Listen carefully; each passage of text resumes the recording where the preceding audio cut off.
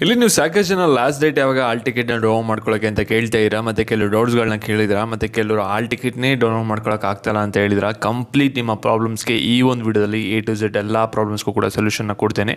ಅದಕ್ಕಿಂತ ಮುಂಚೆ ಯಾರು ಚಾನಲ್ ಸಬ್ಸ್ಕ್ರೈಬ್ ಮಾಡ್ಕೊಂಡ್ರಲ್ಲ ಪ್ರತಿಯೊಬ್ಬರು ಕೂಡ ಸಬ್ಸ್ಕ್ರೈಬ್ ಮಾಡ್ಕೊಳ್ಳಿ. ಹಾಗೆ ಪ್ರತಿಯೊಬ್ಬರು ಕೂಡ ವಿಡಿಯೋಗೊಂದು ಲೈಕ್ ಕೊಡಿ. ಯಾಕಂದರೆ ನೀವು ಕೂಡ ಒಂದೇ ಲೈಕ್ ಒಂದು ಸಬ್ಸ್ಕ್ರೈಬಿಂದ ನಿಮಗೆ ಇದೇ ರೀತಿ ಕಂಟಿನ್ಯೂಸಿಗೆ ಅಪ್ಡೇಟ್ಸನ್ನು ನೀಡ್ಬೋದಾಗಿರುತ್ತೆ.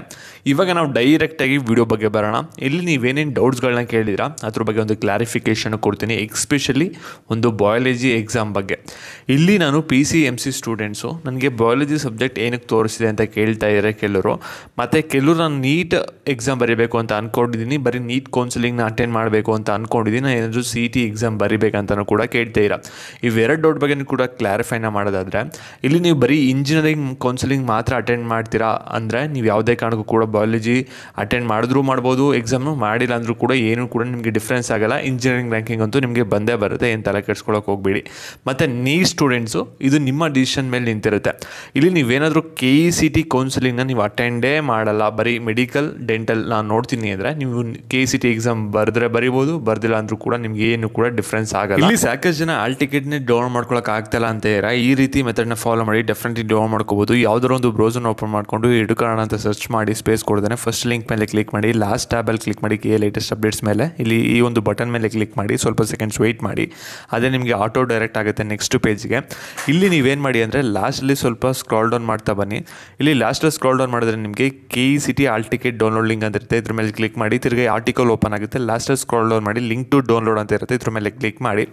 ಇವಾಗ ನಿಮಗೆ ಪೇಜ್ ಬಂದ್ಬಿಟ್ಟು ಈ ರೀತಿ ಓಪನ್ ಆಗಿದೆ. ಇಲ್ಲಿ ಗಮನ ಇಟ್ಟು ಕೇಳಿಸ್ಕೊಳ್ಳಿ, ಇಲ್ಲಿ ಕೆಲವರು ಮಿಸ್ಟೇಕ್ನ ಮಾಡ್ತಾ ಇರ. ಇಲ್ಲಿ ನೀವೇನು ಮಾಡಬೇಕಾಗುತ್ತೆ ಅಂದರೆ ಫಸ್ಟು ನಿಮ್ಮದು ಅಪ್ಲಿಕೇಶನ್ ನಂಬರ್ನ ಹಾಕಬೇಕು, ಮತ್ತು ನಿಮ್ಮ ನೇಮ್ನ ಫುಲ್ ಹಾಕೋಂಗಿಲ್ಲ. ಅಲ್ಲೇ ಹೇಳಿದರೆ ಸ್ಟಾರ್ಟಿಂಗ್ 5 ಲೆಟರ್ಸ್ನ ಹಾಕಬೇಕಂತ. ಎಕ್ಸಾಂಪಲ್ ನಿಮ್ಮ ನೇಮ್ ಏನಾದರೂ ರಮೇಶ್ ಅಂತ ಇತ್ತು ಅಂದರೆ REMES ಅಷ್ಟೇ ಹಾಕಬೇಕು, ಹೆಚ್ಚು ಹಾಕೋಂಗಿಲ್ಲ. ಯಾಕಂದರೆ 5 ಲೆಟರ್ ಅಷ್ಟೇ ಸ್ಟಾರ್ಟಿಂಗ್ ಹಾಕಬೇಕಾಗಿರೋದು. ಅದಾದಮೇಲೆ ನಿಮ್ಮ ಡೇಟ್ ಆಫ್ ಬರ್ತ್ ಹಾಕಬೇಕಾಗುತ್ತೆ. ಆಮೇಲೆ ಸೆಕ್ಯೂರಿಟಿ ಕೋಡ್ ಏನು ಕಾಣ್ತಿದೆಯಲ್ಲ ಅದು ಹಾಕ್ಬಿಟ್ಟು ಡೌನ್ಲೋಡ್ ಆಲ್ ಟಿಕೆಟ್ ಅಂತ ಕೊಟ್ಟರೆ ನಿಮ್ಮ ಆಲ್ ಟಿಕೆಟನ್ನು ನೀವು ಡೌನ್ಲೋಡ್ ಮಾಡ್ಕೋಬೋದು. ಆ ಒಂದು ಆಲ್ ಟಿಕೆಟಲ್ಲಿ ನಿಮಗೆ ಎಕ್ಸಾಮಿನೇಷನ್ ಸೆಂಟರ್ ಎಲ್ಲಿದೆ ಅನ್ನೋದು ಅಲ್ಲಿ ಆಲ್ ಟಿಕೆಟಲ್ಲಿ ನಿಮಗೆ ಗೊತ್ತಾಗುತ್ತೆ. ಮತ್ತು ನಿಮಗೆ ಎಕ್ಸಾಮ್ ಡೇಟು ಕೂಡ ಅಲ್ಲೇ ಕೊಟ್ಟಿರ್ತಾರೆ, ನೀವು ನೋಡ್ಕೋಬೋದಾಗಿರುತ್ತೆ.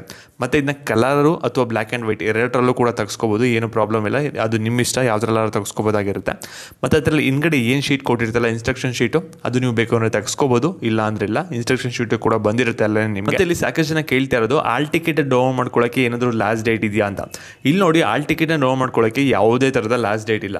ಇದು ನೀವು ಬೇಗ ಡೌನ್ಲೋಡ್ ಮಾಡ್ಕೊಂಡ್ರೆ ನಿಮಗೆ ಒಳ್ಳೆಯದು. ಯಾಕೆಂದರೆ ಆಮೇಲೆ ಸರ್ವರ್ ಬಿಸಿ ಆದರೆ ಎಕ್ಸಾಮ್ ದಿನ ಡೌನ್ಲೋಡ್ ಮಾಡ್ಕೋತೀನಿ ಅಂದರೆ ನಿಮಗೆ ಪ್ರಾಬ್ಲಮ್ ಆಗ್ಬೋದು. ಸ್ವಲ್ಪ ಬೇಗ ಡೌನ್ಲೋಡ್ ಮಾಡ್ಕೊಳ್ಳಿ, ಏನು ತೊಂದರೆ ಇಲ್ಲ. ಮತ್ತು ಈ ಒಂದು ವಿಡಿಯೋ ನಿಮ್ಮ ಫ್ರೆಂಡ್ಸ್ಗೆಲ್ಲರಿಗೂ ಕೂಡ ಶೇರ್ ಮಾಡಿ, ಮತ್ತು ಇದೇ ರೀತಿ ಅಪ್ಡೇಟ್ಸ್ಗಾಗಿ ಚಾನಲ್ ಸಬ್ಸ್ಕ್ರೈಬ್ ಮಾಡ್ಕೊಳ್ಳಿ. Thank you.